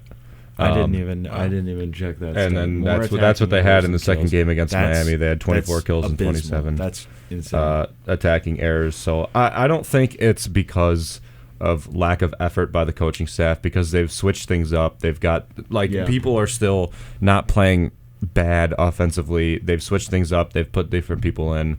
The defense is still playing amazing, which we thought was going to be a strong suit this season, has been their strongest point this season for sure. I just, this is 2 series now that it's the same as Ball State, that you played very tight with the team and ended up losing, and then the next day you just didn't come out with anything. Like, you didn't come out like you were ready to really take it to them in revenge the next day. It was more so like they were confronted with adversity and just kind of backed down to it. And that's, you're 6th in the Mid-American Conference right now, tied with Miami and Akron, all battling for the 5th and 6th spot. The 5th and 6th teams getting into the Mid-American Conference tournament that you're hosting, so you essentially have to make it, and you pretty much have to win out to do so. And it's not, you play Akron, who's also 7-7, and you play Buffalo, who's 5-9, but you can't play like you did in the second game against Miami for sure. Which this is I'm still trying to figure out. These are games that coming into the season I would have been like, oh yeah, four straight wins is absolutely, like, those are on lock. The last time, and now that I'm now watching this team, it just doesn't seem like they have.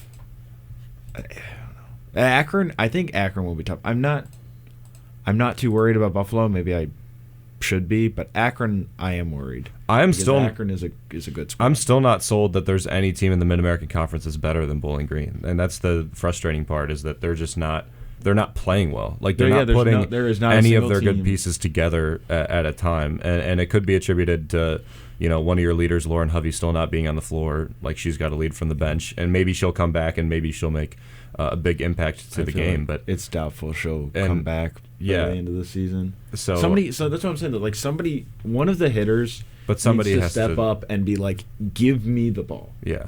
And nobody's done that. And unfortunately, you just don't have the personalities of your inside of your best players to be able to do that. Like, you just don't have anybody right now. And like I mentioned before with the coaching staff, it's nothing to do with the coaching staff and the job that Alex Del Piombo is doing, and Chelsea and Alexa and Lucas. They're doing literally everything they can, but they can only control so much of what happens I think they've done a really phenomenal job this year. I think they've each and every time they've responded well to whatever the team needs. I know Coach Del Piombo has repeatedly asked her players, like, what more, like, what do you need from me? What can I do for you? And like, she's tried so many different things of, like, I think she's a very good combination of being tough on them, but also understanding that they are still students, and understanding that she can't just be the same coach blanket over the entire team. She's very individual with people, so it's not on the coaching staff at all. But the players are just going out and they're not, especially in that second game, just not 100% effort, not a focus to win. Like you said, Ben, not like wanting, like being faced with adversity and then not responding to it. And that's the worst thing you can do. Yeah, I mean, there's nobody in the Mid-American Conference that should be beating Bowling Green by 25-7. Yeah, no, they're the most talented team in the conference, and that's why it hurts more, because they're still losing games. I mean, take me through, because I don't know. I was trying to research it, and I don't have the answer. How did tiebreakers work? You've got a 3-way conference tie right now between Akron, Miami, and Bowling Green. Common opponents, or is it like record against each other? How it would break down is record against each other, and then what you do is who won more sets against each other. Okay. So like, and then I think it goes down to kills per set against each other then at that point, or something like that. If it goes, well, it wouldn't be sets, because but it can't go beyond sets because there's an odd number. Yeah, there has to be. So okay, never mind. So you'd have I was thinking of something else. So Bowling Green. So Miami got 6 sets to Bowling Green's 2 this weekend. So they hold that tiebreaker both ways. Right. And it also can come down to, like, just if like, say Bowling Green, a better example would be, say, if Bowling Green splits against Akron, and then it comes down to a tiebreaker between those two teams, then you'd go down to who won more sets during that series. I mean, correct me where I'm wrong, you have to beat Akron convincingly, or you may be sitting front row in your own stadium or arena to watch the tournament. Yep. I don't think You got to be Akron. both Honestly, games. at this point, I don't care how you do it. You just need to win. Like you do just need to go out and you could win by 1 point in all 3 sets And I for feel like the that's last how- 4 games, and that's just all you have to do. That's how some people have been playing Yeah. Bowling Green. Is they've just Yeah. against Western and Miami especially, not so much against Ball State, because Ball State's just a great house. squad. They're like Yeah. Also, we're only Great like a competitors. couple of But, points like- away from coming away with a 4-set win against Ball State. yeah. But And I also digress. Miami, you almost won it in 5 because they were up 13-10 in the 5th set. Mhm. And it's like, but regardless, those teams that are coming in and like just Western did not let the ball touch the floor. They had incredible hustle, like both games, like put it all out there. And Miami was the same way. They had good positioning, sure, but I really felt like they just did not let anything drop. And Bowling Green's not playing with the same tenacity, not playing with the same level of hustle, especially like when attackers, like the people who are defense specialists, Avery Anders, Sydney Hernandez, Isabel Lauby, when she's in the game, like they're hustling absolutely. But when the hitters go to back row, I feel like they're not putting in the extra effort to go keep that ball up to maybe win the point. And that also stems back to not having Lauren Hovey on the floor, considering she's one of your top 3 defensive players at any given time, blocking and defending. And again, you might be out the rest of the season. You might be playing the rest of the season without her. Yeah, the blocking's also really hurt because she's out, and then Amanda Otten is like she's playing, but she's still not really blocking. She's not up to 100% yet. She can't beat. You can't blame her on that knee. You know, I did figure it out. Henry and I figured it out. The last time Bowling Green had more attacking errors than kills was September 6th of 2014, which I believe was the second season of head coach Daniela Tomic's tenure. And that's a season where I think they were like something, and they only had a handful of wins on the season. I mean, you're talking about one of the worst individual performances in over a decade. This is arguably the worst game that they've played in a decade. After a 5-set game. And in the same season that you took Purdue and Georgia Tech to 5 sets. Yep. And took a set against number 15 Kansas. And, played arguably the best non-conference schedule you have in the last decade. Yeah. So and right after sweeping Toledo, which hasn't, and neither team has, and 5 sets against Ball State and 5 sets twice against Western Michigan. It's getting to the point where you don't know what the problem, like you can't diagnose what the problem is because it's just too fickle. Yeah, I mean, again, you've got, you go against a team like Toledo and you sweep them, and if you're looking at all these from a distance, for the first time since what did we say? For 2008. 2008, that Daniela Tomic was never able to sweep Toledo. They sweep them. No Lauren Hovey. So, I mean, it's not like you can attribute the lack of Hovey as, this is the reason specifically the team's not winning. And Amanda Otten back, but limited. And also Toledo is like I mentioned Miami's defense. Toledo is a good defensive team. I mean, by all the numbers right now, Toledo is a much better team. I would argue that too. Yeah.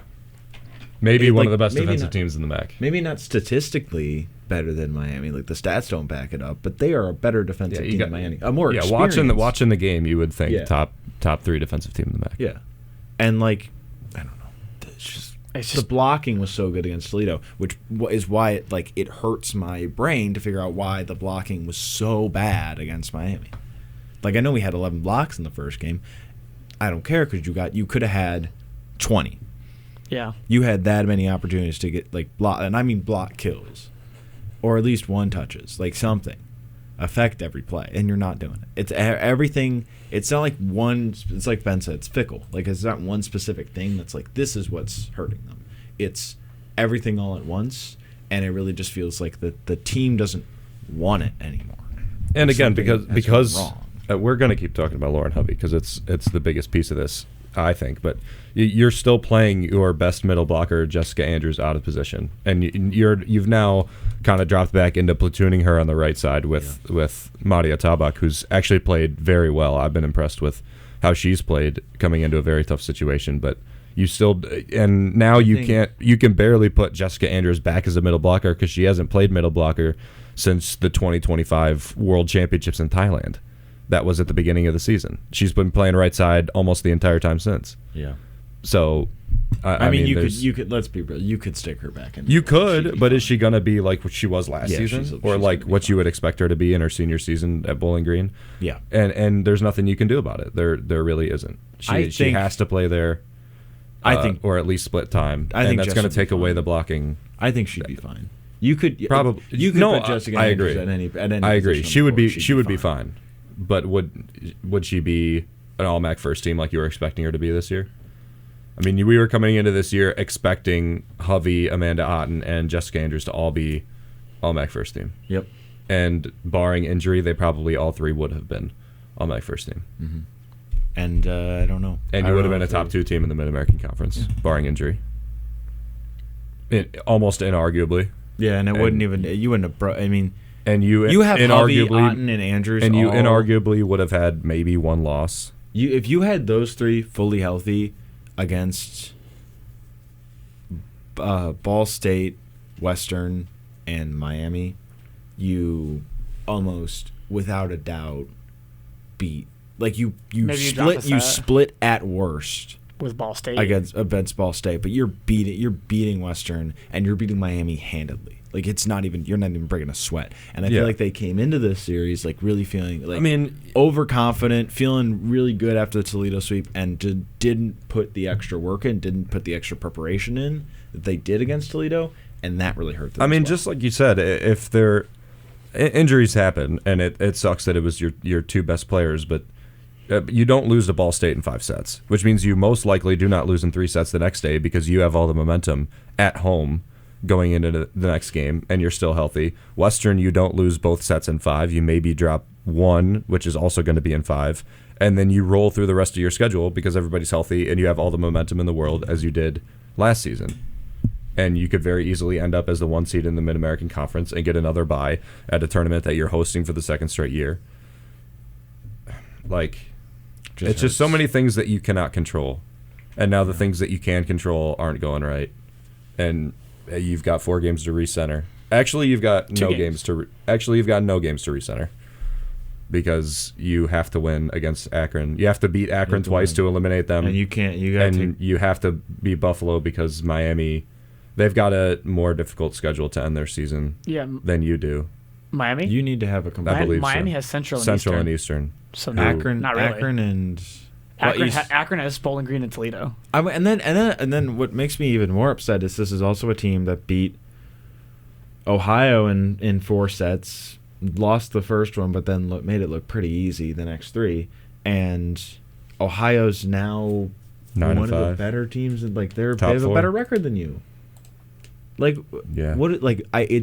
begs the question of what is the issue? What is the intangible? Because it's an intangible. It's not like we don't have the roster. It's kind of a distressing parallel to how I felt about the football team, because it's when you've shown, if the team watched Lauren Hovey and Amanda Otten get injured and they struggled every game since then, barely won or took everyone to 5 sets, I'd be like, okay, yeah, this Miami's here, that might be how it goes. But that's not what the story has been. They've still been able to compete. Again, most recently, the sweep against Toledo. There's no reason that you can sweep Toledo, again, for the first time since 2008, and you lose a set 25-7 in a sweep against a worse team. I mean, there's just no logical reason for that to happen.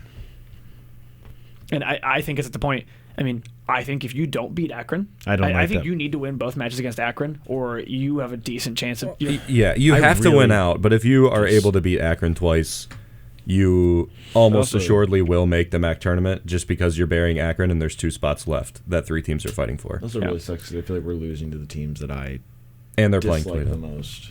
Yeah. Well, Ball State, Western Michigan. Miami. Another thing too, I think Miami has a good chance. I haven't done all my homework on Central. Miami absolutely could win out. Yeah, I don't think they will. They won't. I don't think they will. Really I think Central really and Eastern are too been talented, and they're just not playing well. Which is well, sure, but that's what happened. What would you say happened with us? Also true. I agree. Yeah, Miami is a team that really can just break good teams, but then they also lose to bad teams. Like I think they lost to Akron, if I'm not mistaken. I mean, is Akron a bad team though? They're in tournament standings right now. They're tied with Bowling Green. They're doing the opposite. Miami lost to Kent State. Lost to Kent State. That's who I was thinking. Lost twice to Ohio. Yeah. Lost to Toledo. Lost to Ball against State. Western. Ohio. I mean, Toledo and four Western. sets, which isn't I don't a bad like that loss necessarily. Dan Gwit. I don't like him. He's the coach that I've seen complain the absolute most. He complains every single point. I agree. He also got a yellow card. Really? That's the first time this season, I think. First time anybody on a Bowling Green, like on the same court with Bowling Green's got a card. Yeah. I don't think did anybody get one last year either? I don't think so. I don't recall. It's kind of crazy. Like that it was that bad because I mean officials don't hand those out. Like that's. Was that in the second game? No, it was the first game. The first game. Okay, at least it was a 5-setter. He didn't really have much to complain about in the. I was gonna say he shouldn't have been complaining about anything. It's just this is the biggest weekend of the season now. Bigger than Ball State, bigger than Western Michigan, bigger than both Toledo games. You just have to beat Akron twice. Yeah, you just need the 2 wins because if you even split, it's just gonna be so much pressure on the final series. And I don't think the team has handled pressure very well this season. No, and I mean in the midst of matches and also as in the season as a whole, they just haven't handled it well. So you can't put yourself in a situation where pressure is there. No, you're right. It comes down and unfortunately, I think there's plenty of pressure there. With this Akron series, even being a home series. But I mean, I think it's just it is what it is. I think your season is here against Akron this weekend, and if you're able to win both games, great. Still alive. Still need to take on Buffalo. If you lose, I mean, I kind of think you're done. You lose and hope. Yeah. If you lose, you have to. No, you take control of your own destiny. Yeah. You still have control of your destiny. And if you split, it's not like it's over because pretty good chance Miami loses 1 or 2 of their last 4, and you are handing Akron a loss, and you just have to play better against Buffalo than Akron does against Toledo, who Toledo is going to be battling for seed, so they're not going to stop. Right. But you're still in solid shape. It's just this is your last chance to guarantee that you control your destiny. I would argue if you sweep Akron, you guarantee yourself a spot. Right. Well, which obviously mathematically doesn't follow. But logically, yeah. Actually, it might. Because if you sweep Akron, they could win 2 the next week, but you have tiebreaker. So yeah, I guess if you sweep Akron, you're mathematically in. Right? Yeah, if you sweep Akron, because then if you lose to Buffalo, then you could lose twice. Miami could jump you, but unless Miami wins 2 and loses 2, because then they'd also be tied, and then by the 3-way, it'd be like head to head in like a circle, right? So then it goes to another tiebreaker. What did Miami do against Akron? No, that's a good question. They beat Akron once. That's not good. No, so if you beat Akron, Miami's got the tiebreaker over both of you. So if you sweep Akron, you're still fine on tiebreaker then. Okay. So yeah. So you sweep Akron. Take care of business against Akron, and then Buffalo doesn't matter. Right. You just need to make it. Yeah, just need to and then get hot at the right time. So all eyes turn to the Stroh Center this Friday and Saturday. Akron will come to town to take on Bowling Green in a must-win, and I mean a must-win, to keep MAC tournament hopes alive. I imagine... that going to be just you, Andrew? You'll be in hockey? I'm going to be in Minnesota. It's going to be me, and most likely somebody will be my color.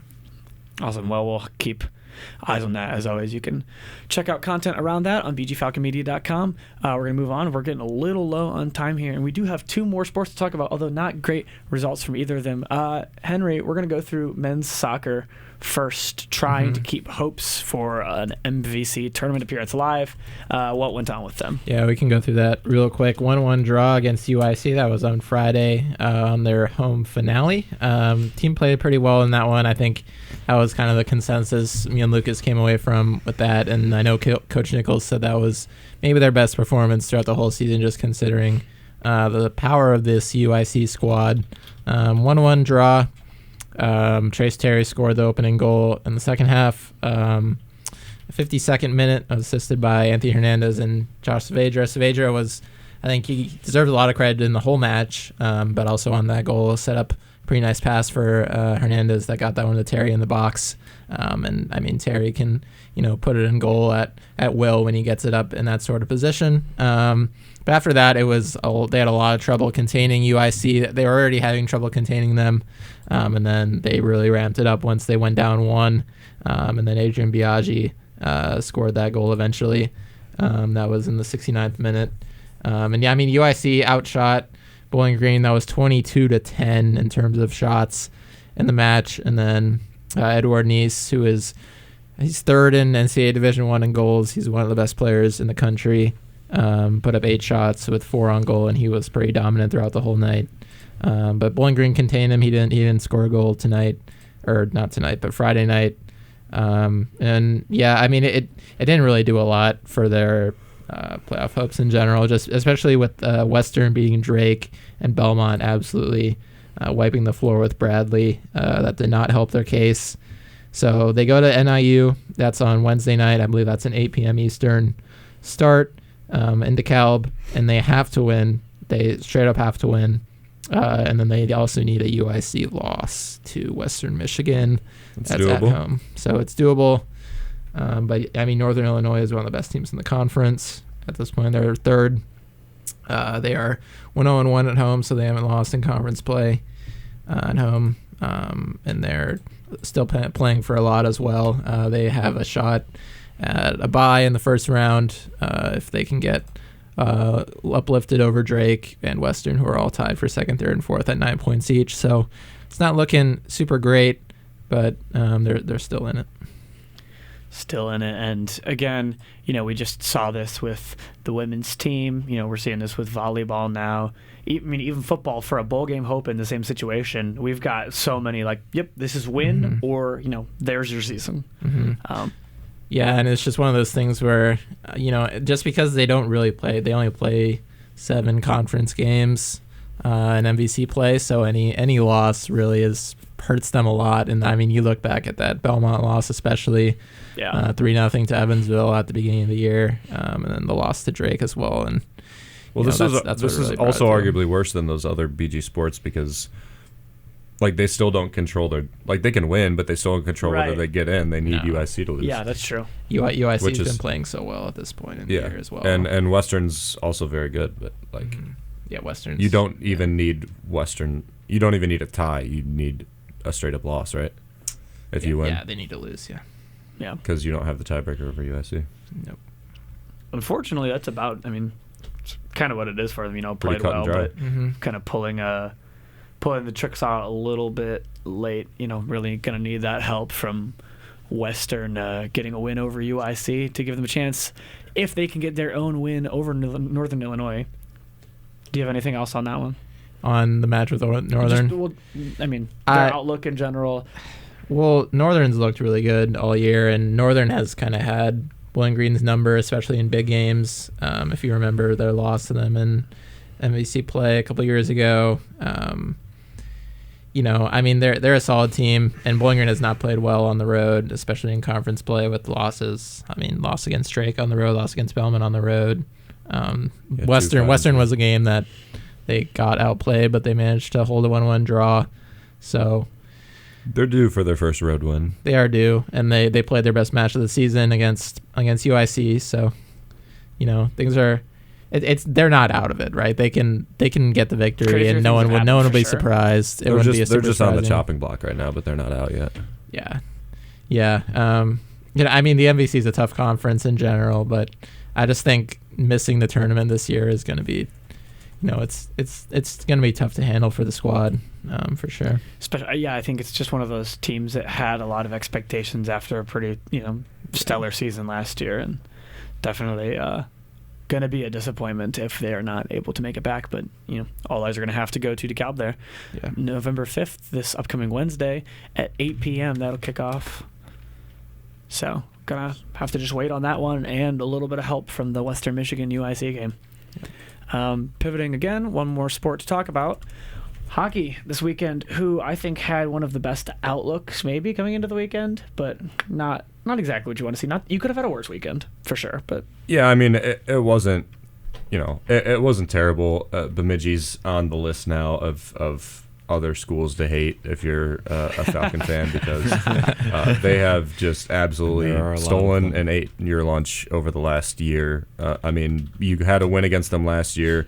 You lost straight up. You lost in overtime. You lost in a shootout. And then this year, again, 2 more one-score games. So all 6 games you played against them.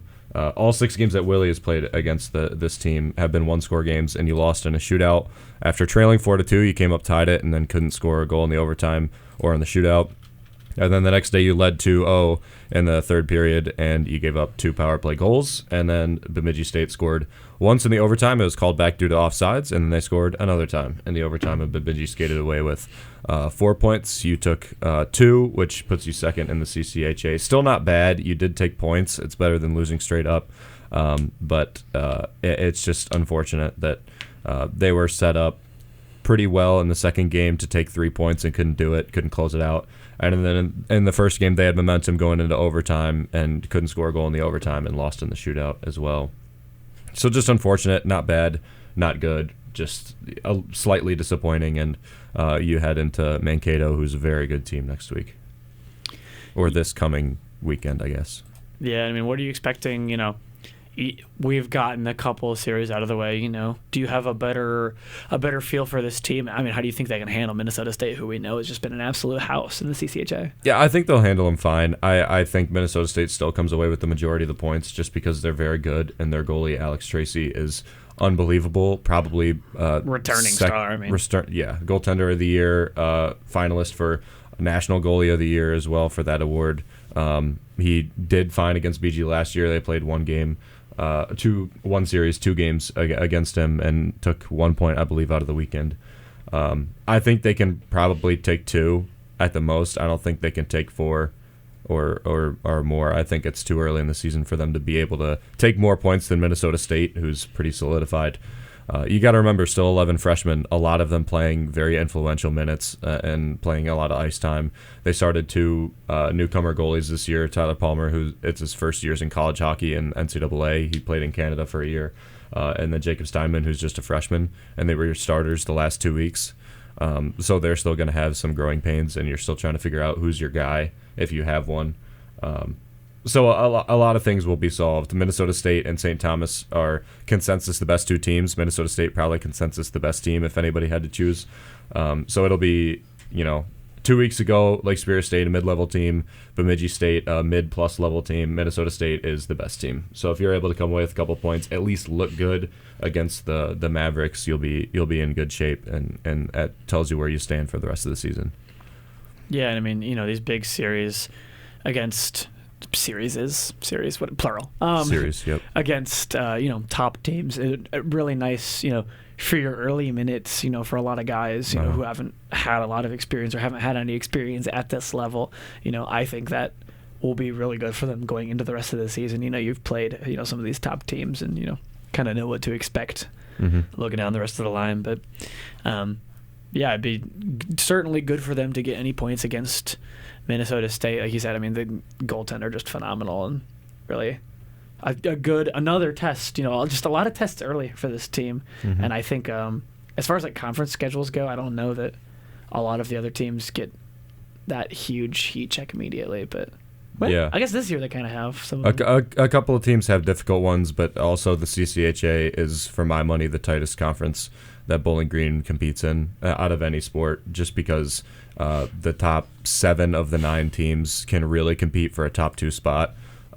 I'd say for the number 1 spot, 6 of the 9 teams can really compete, and finishing in the top 4, literally any team besides Northern Michigan can do it. So 8 out of the 9. So I mean, you're talking difficult series literally every time you go on the road or anybody comes to town. So this isn't unfamiliar. You got to be able to take points when you can. That's why it would have been nice to take 2 or 3 against in one of the games against Bemidji, but you can't always get what you want. And now you go on the road to a tough place to play and a tough team to play. And you need to stay at the top of the CCHA. Yeah. Falcons will look to hopefully get some points on the board when they travel to Mankato to take on Minnesota State in another CCHA series this Friday and Saturday. Friday tipping off at 8:07 p.m., Saturday at 7:07. As always, we will have a call of that courtesy of Mr. Ben Korek. Tipping off, do you do 15 minutes before? 15 minutes prior to game time on Friday and Saturday. So check out right here, WBGU 88.1 FM on your radio dial or on bgfalconmedia.com to stream that, as well as checking out bgfalconmedia.com and Bowling Green Falcon Media on all of our socials for any written content coming out alongside that as well. To wrap up, we don't have as much of a conventional discussion, but we've just got a few other things to circle back on. Cross country had their MAC championships, a team that doesn't, we don't always talk about as much. Women placed third overall with Kylie Cubson garnering first team All-MAC honors, putting up a time of 20:45. So not her best of her career by any means. Still good for seventh though. So that All-MAC spot, the last first team All-MAC spot. And the team placed third overall is their best finish since 2020. So good momentum carry over from, track success from last year, placing fourth, a lot of success there. It's just tough sledding against Toledo. Genuinely. I mean, Toledo women's cross country, unfortunately. Yeah, they're a wagon. A house. Yeah. Men's placed 10th. Unfortunately, still kind of the same story. They've got some young guys who were in their top 7. They're trending in the right direction, at least in terms of having young talent placing higher in the conference. They're just not there yet. And it's been the story of a couple seasons. And that'll be one to continue to watch for next year as the men don't compete as a varsity sport on the track. Meanwhile, we also have more upcoming action as this show is going to get a lot busier with men's basketball and women's basketball tipping off their regular season both tomorrow. Men's basketball will have a home matchup against Texas State at the Stro at 7 p.m., whereas women's basketball will travel to the Cajun Dome in Louisiana for another 7 p.m. tip-off as well. So both of those will be in action, and starting with next Sunday's show, be a little bit of rotation. A couple of sports will be, at least women's soccer will be wrapped by then, one way or another, and we'll pick up both basketballs. So we'll have more coverage for both of those as the show comes. But as it stands, that's this past week of Falcon Athletics. You know what's ahead: men's basketball and women's basketball on Monday. On Tuesday, women's soccer, a semifinal matchup against Miami of Ohio. Wednesday, men's soccer in a must-win in DeKalb against Northern Illinois. Men's basketball plays again at home on Thursday. On Friday, volleyball starts a must-win series against Akron. Women's basketball plays at South Carolina, and the MAC tournament final at potential berth for women's soccer that day as well, in addition to the start of the Minnesota State series. Saturday, the second game of the Minnesota State series for hockey, the second game of the Akron series for volleyball, and football in a must-win to keep their bowl hopes alive against Eastern Michigan. So, I mean, a lot of big-time games this week, kind of win or go home in a lot of ways for most of these teams. So yeah, a lot of stuff, very influential series. It should be fun. We'll have coverage of all of it on bgfalconmedia.com and bg_FMSN on Twitter X, and some in-person video stuff, and some pick the stick for hockey that I've been enjoying, and some other more fun stuff posted on there as well. Good plug. Yeah. Good plug. Pick the stick is great. Always appreciate Pick the Stick, and we'll always root for the broad FMSN room score going up over Tyler. I'm currently losing. Shout out Nick Winholtz. Shout out Nick, graphics, dude. Oh my gosh, graphics. it's so good. So good. That on BG_FMSN, and tune into the broadcast as well to hear selections for the day. Did you get one on the board this weekend? I got -1 actually. Tyler Palmer gave up 4 goals, so I took -1 point. Oh, is that? Did we previously go negative? Was that new? I didn't think we did that before. Yeah, but I don't think it happened at all last year. Okay. So Gotta step it up. That's tough sledding, buddy. Yeah, we also did it last year that it was individual game wins. We're doing it across the whole season now. So negative wouldn't have made a lot of sense because you just wouldn't have won, and it didn't. Right. So, yeah. Awesome. But it's a blast. It's a lot of fun. As always, BG Falcon Media on all platforms and the website to stay in tune with all of the content. And you can find this show as well on BG Falcon Media's YouTube channel. That's going to do it for us here from this week's episode of the Zig Zone. For Ben Korak, Henry Costco, Andrew Smith, I'm Holden Ruck saying, "I Ziggy."